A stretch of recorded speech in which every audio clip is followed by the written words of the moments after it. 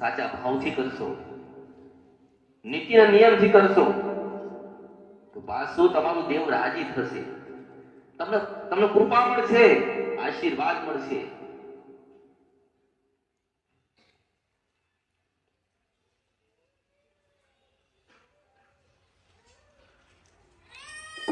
બે માતા અને ત્રીજી હું.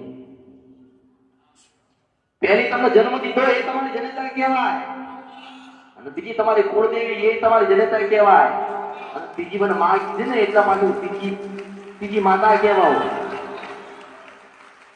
હવે ત્રણ માતા છે, ત્રણ ભેગી થઈ, આમ અલગ પણ ભેગી થઈ તો તમારા જીવનની અંદર મહત્વ કોનું છે, મોટું કોણ? શું તમારી તમે દેવને તો પ્રેમ કરતા જ હશો, ભક્તિ કરતા હશો, તમને વાલું કોણ છે મને કહો હેડો. તમારી કુળદેવી વાલી તમને કે પછી તમને જન્મ દેનારી માતા? હા, તમને વાલું કોણ મને કહો?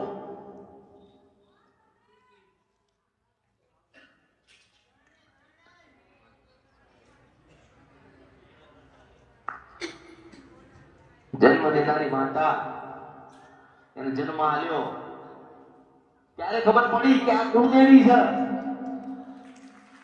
જો કુળદેવી સુધી જવું હોય, માતાઓ સુધી જવું હોય તો પાછો જન્મ લેવો પડે. જન્મ લેવા માટે મેં દરેક વાતમાં કીધું કે માં જોઈએ.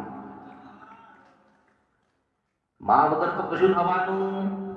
તમારે મોટું બધા ઋષિ મુનિ બનવું હોય તો પૂજ્ય તપસ્વી બનવું હોય, સંત કે સાધુ બનવું હોય, સારું ઘણું ઘણી મોટા કદાચ મોટા માણસ થવું હોય પણ પેલા જન્મ તો લેવો પડશે ને. જન્મ કોણ દે કે માં દે. માં બતાવો કે આપણી જનેતા છે, કુળદેવી છે ને એની ભક્તિની પૂજા કરાય. એટલે જેટલું મહત્વ તમારી જનેતાનું હોય જન્મ દેનારી, એટલું જ પાછું મહત્વ હોય તમારી કુળદેવીનું. કારણ કે પાછું એને એના કુંભની અંદર તમારી કુળદેવીએ જોતો મૂકી ત્યારે જન્મ થયો હતો.